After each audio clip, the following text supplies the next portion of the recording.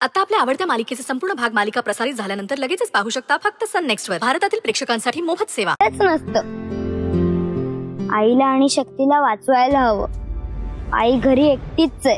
तो भावला तिचं काय करेल सांगता येत नाही. आदिती, या सगळ्यावर तू काही करू शकतेस का? नाही, त्या घरात राहून मी काहीच करू शकत नाही. त्यात माझी सगळी शक्ती त्या मांत्रिकाने काढून घेतली.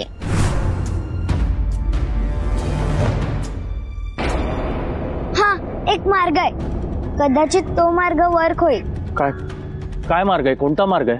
फार्म हाऊसच्या देवळातले एक गुरुजी, त्यांच्याकडे नक्कीच काहीतरी उपाय असेल. मी आता लगेच त्यांना फोन करतो. नंबर आहे? हो, म्हणजे फार्म हाऊसवर जे काही घडलं त्यानंतर मीच मैत्रीकडनं नंबर घेतला होता. मला त्यांचे आभार मानायचे होते. हॅलो, नमस्कार. मी यशवर्धन निखारगे बोलतोय.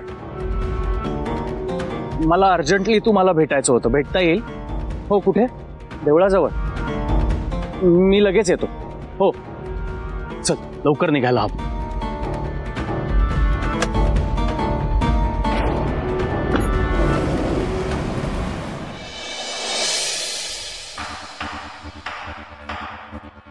या यशवर्धन. नमस्कार गुरुजी.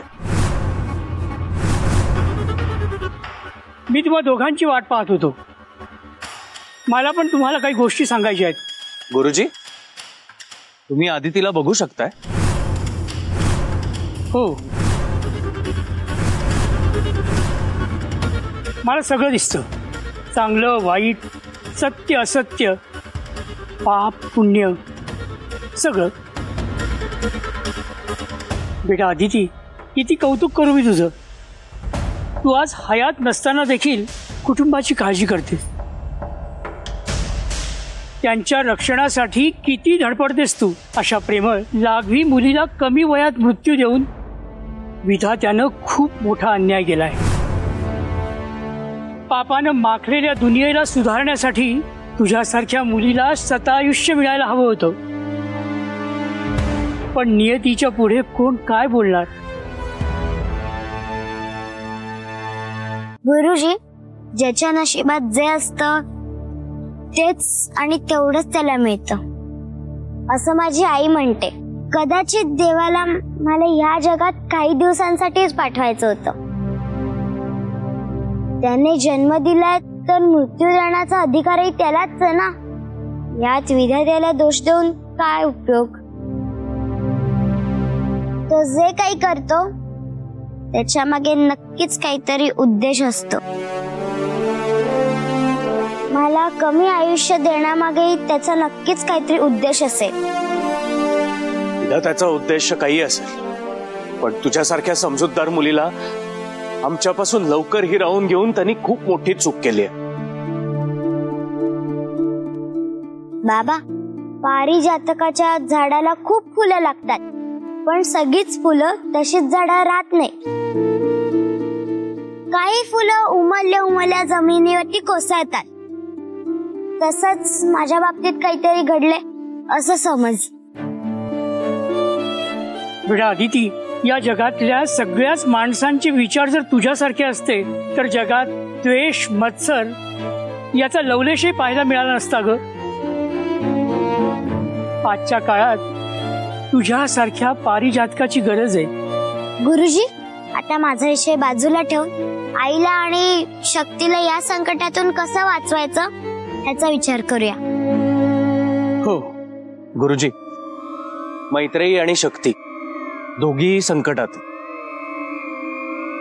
आणि अनफॉर्च्युनेटली मी काहीच करू शकत नाही.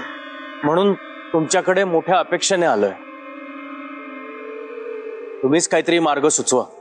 मला कळलंय, गेले काही दिवस शक्तीच्या मनावर त्या अघोरी मांत्रिकानं ताबा मिळवलाय. घरातल्या एका बाहुल्यात मांत्रिकाचा प्राण आहे. घरात आजवर जे काही घडलंय त्याचा रचिता तो मांत्रिक म्हणजे तो बाहुला आहे. हो, तो खूप वाईट आहे. घरात सगळ्यांना खूप त्रास देतो. आईला संपवायचं म्हणतोय, आई नंतर शक्तीला संपवायचं म्हणतोय. शक्तीनंतर माझाही बंदोबस्त करणार आहे असं मला म्हणाला. काही करून आपल्याला त्या भावल्याला संपवावं लागेल. पण प्रॉब्लेम असा झालाय की त्या भावल्याला काही करायचं म्हटलं तर शक्तीच्या जीवाला धोका आहे.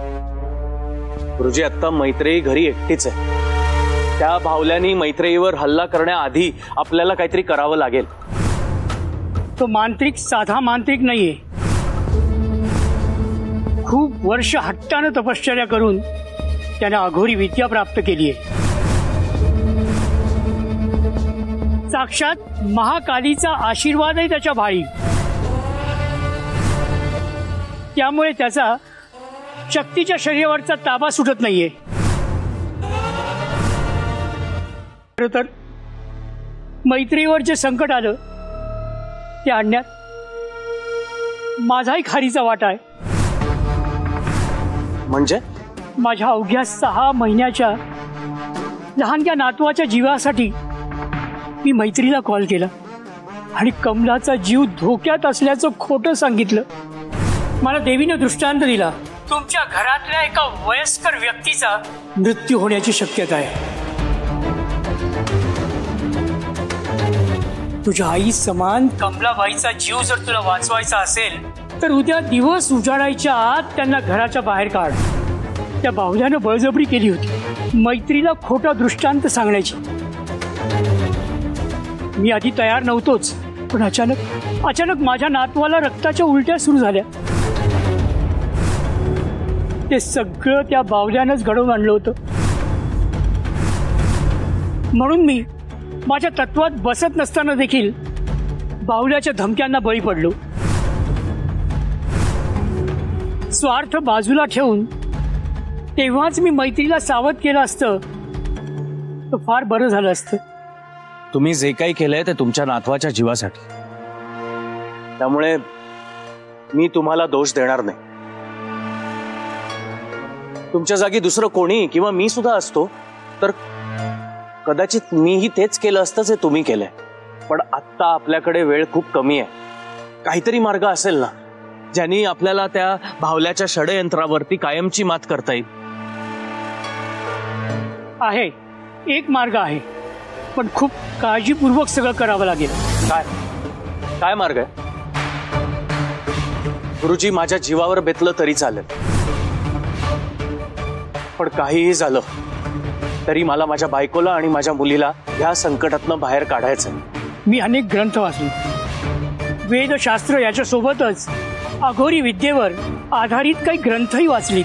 माझ्या ओळखीतल्या अनेक विद्वानांना, पंडितांना भेटलो. त्या दुष्ट मांत्रिकाचा खेळ कसा पाडू शकतो याविषयी त्यांच्याशी चर्चा केली.